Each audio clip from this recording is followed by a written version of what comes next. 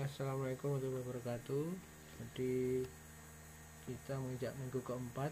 Kemarin kita sudah mengetahui keadaan energi, kemudian gerakan untuk menghemat energi ya. Sekarang ini adalah usaha untuk selamatkan bumi ya. Jadi kalau kita bicara mengenai lingkungan hidup, mengenai ET, energi terbarukan, tidak terlepas dari keadaan lingkungan khususnya di bumi ini ya.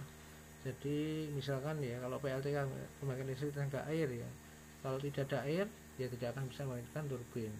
Jadi air harus kontinu ada.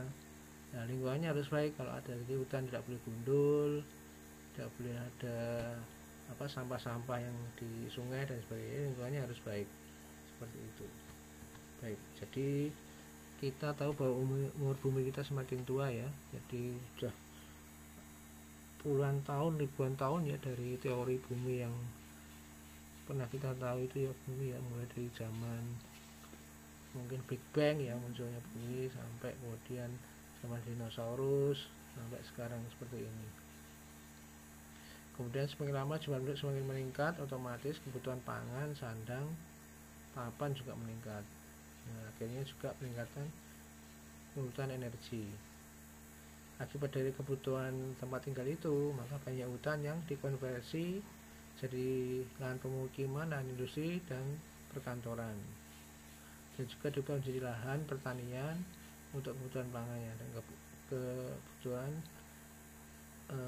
perkebunan. Akhirnya karena banyak hutan yang tebang, akhirnya lapisan ozon menipis, zat oksigen juga tidak semakin sedikit, akhirnya timbul pemanasan global yang namanya global warming ya. Jadi kalau kita lihat peningkatan sedikit 1 derajat aja di bumi itu sudah melelehkan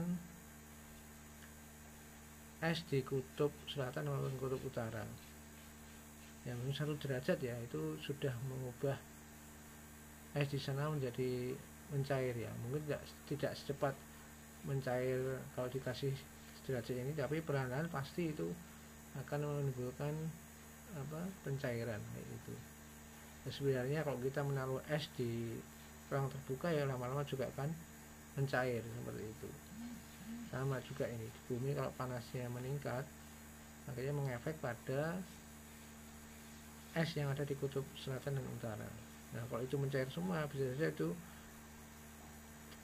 laut meluap, akhirnya bumi jadi tenggelam, banjir dan sebagainya. Nah, menurut Undang-Undang Nomor 23 Tahun 2007 ada juga yang baru ya, karena saya belum sempat mencarinya. Lingkungan hidup adalah satuan ruang dengan semua benda dan kesatuan makhluk hidup yang termasuk di dalamnya manusia dan perilakunya yang melangsungkan kehidupan dan kesejahteraan manusia secara makhluk hidup lainnya. Jadi lingkungan itu keterkaitan antara manusia dengan makhluk hidup lainnya, juga dengan tempat dia berada gitu ya. Karena unsur lingkungan hidup itu menjadi 3, yaitu unsur hayati, fisik, dan sosial budaya. Jadi saling berpengaruh gitu ya. Nah, lingkungan hidup ini diatur semuanya dalam undang-undang ya. Kalau di negara kita bisa dicari di undang-undang yang baru ya. Saya kira kemarin juga ada undang-undang cipta tenaga kerja, itu salah satu termasuk yang terbaru. Nah, kerusakan lingkungan itu ada 2 faktor yang menyebabkan, yaitu peristiwa alam dan faktor manusia. Kalau peristiwa alam seperti gempa bumi, gunung meletus, itu salah satu peristiwa alam ya, kita tidak bisa menghindarinya karena itu memang sudah sunatullah ya, sudah ada keturunannya dari Allah. Kalau faktor manusia ya, ini manusia yang berbuat seperti ini ya, kita buang sampah sembarangan, menebang hutan sembarangan, akhirnya sungai jadi banjir. Kalau kita menebang hutan, jadi udara jadi panas, terus hewan-hewan jadi tidak ada karena tempat tinggalnya hilang, seperti itu. Artinya timbul tanah longsor, banjir, dan sebagainya. Itu kerusakan lingkungan, karena di awal sendiri sudah disebutkan bahwa telah tampak kerusakan di bumi yang disebabkan oleh manusia. Nah, saya kira sekarang ini juga banyak yang rusak ya, karena banyak lingkungan sudah dirubah menjadi dari habitat aslinya ya, kayak tempat tinggal jadi industri, menjadi perkebunan dan sebagainya. Dan kita lihat fenomena banjir kalau hujan, itu salah satu dari kerusakan lingkungan manusia, kemudian ya dampak gelombang panas kayak El Nino dan sebagainya seperti itu. Nah, upaya perbaikan lingkungan itu ada macam-macam ya, dari pribadi, dari keluarga, dari organisasi, masyarakat, kemudian dari pemerintah.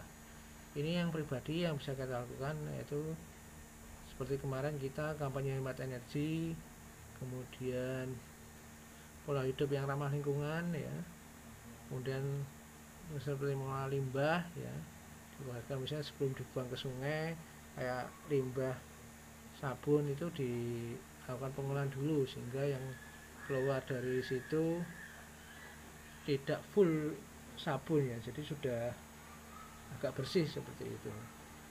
Kemudian juga menanam pohon ya. Kemudian matikan listrik, ini saya kira sudah dikampanyekan kemarin seperti itu. Dan mengurangi peralatan rumah tangga yang ramah lingkungan, menggunakan angkutan umum ya. Jadi kalau Anda bepergian sebaiknya angkutan umum yang digunakan kalau jarak jauh ya, biar lebih hemat dan ramah lingkungan. Kemudian kalau kalian kuliah kosnya dekat atau kerjanya dekat, sebaiknya jalan kaki atau menggunakan sepeda ontel ya, biar ramah lingkungan dan lebih sehat. Kemudian jika kita lihat keran ya, mungkin di masjid atau di rumah itu ada yang mengalir lupa dimatikan atau ada bocor sedikit, sebaiknya diganti atau dimatikan gitu ya, karena itu sedikit itu sangat banyak nih kalau terkumpul terlalu lama dibiarkan gitu. Itu salah satu bentuk kepedulian terhadap lingkungan dari pribadi. Ini yang saya lakukan bersama angkatan 13 dan 14 ya, menanam pohon di lereng Gunung Wilis di daerah Ngetos, Nganjuk ini ya. Nah, ini sudah awal-awal dulu saya ada masuk, saya ajak ya liburan sambil menanam pohon. Kemudian dari keluarga, ya ini menyediakan tempat sampah, membedakan sampah organik dan non organik. Jadi dipisah ya, nanti biar bisa dibuat organik, buat pupuk ya, kemudian non organik bisa didaur ulang mungkin. Kemudian dengan ruang terbuka hijau ya, kalau punya rumah sebaiknya 30% digunakan untuk ruang terbuka hijau. Jadi ditanami biar untuk resapan air dan udara menjadi sejuk gitu. Kemudian menggunakan peralatan rumah tangga yang hemat energi dan ramah lingkungan. Saya kira itu sudah banyak ya sekarang mengarahnya ke peralatan yang ramah lingkungan ya, hemat energi ya, kayak AC sudah ada AC inverter yang wattnya lebih kecil gitu. Jadi teknologi semakin canggih, teknologi semakin baik, kayak TV dulu ya tabung itu wattnya besar, sekarang ada TV LCD yang wattnya lebih kecil. Lampu juga gitu, dulu lampu bolam itu wattnya tinggi, sekarang ada lampu hemat energi, lampu LED yang wattnya lebih kecil. Nah, kemudian mengurangi konsumsi daging, karena menurut PBB industri pertanian itu penyumbang emisi gas kaca terbesar ya, dibandingkan dengan emisi alat transportasi. Karena apa? Kalau kita lihat di peternakan di negara maju itu bukan perorangan miliknya, tapi industri ya, sudah skala industri ya. Jadi memiliki lahan yang luas berhektar-hektar, tempat untuk memelihara hewan. Jadi banyak rumput, jadi tanamannya sedikit, tanaman kerasnya sedikit, jadi banyak rumput untuk makan mereka. Kemudian pengolahan daging dari mulai penyembelihan sampai distribusinya itu menggunakan energi semua, mulai dari penyembelihannya, kemudian pemotongannya, kemudian menjadinya beku, sampai mengirim ke negara yang tujuan dibekukan juga. Itu butuh freezer, butuh hanya ya, itu yang akhirnya emisinya menjadi besar kayak itu ya, dari hulu sampai hilir itu yang bukan emisinya besar gitu. Jadi itu kenapa peternakan menyebabkan menghasilkan emisi gas rumah kaca terbesar. Ini ya, ini yang saya lakukan di rumah, yaitu memisahkan sampah organik dan non organik. Organik ini saya jadikan jadi sampah organik ya. Saya ini kemudian dapat bantuan dari lingkungan hidup, dari tong untuk menyimpan sampah organik. Jadi ini sudah panen ya, komposisi 1 bulan itu yang bawah sudah bisa diambil karena sudah hancur, sudah digunakan untuk pupuk. Jadi sisa sayuran, kemudian sampah daun yang jatuh dimasukkan ke sini, syukur-syukur tambah M4 untuk mempercepat proses pembusukan, akhirnya ini jadi pupuk kayak gitu.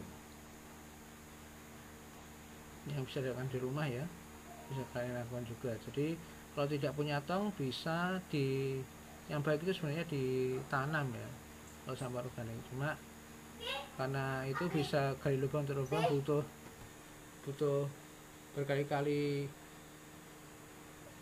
gali lubang untuk lubang kalau seperti itu cepat penuh. Nah ini yang bisa dilakukan, beli tong kayak itu, atau mungkin minta bantuan ke dinas lingkungan setempat kalau ada. Terus ini dilakukan oleh lingkungan atau organisasi masyarakat, saya kira ada banyak ya.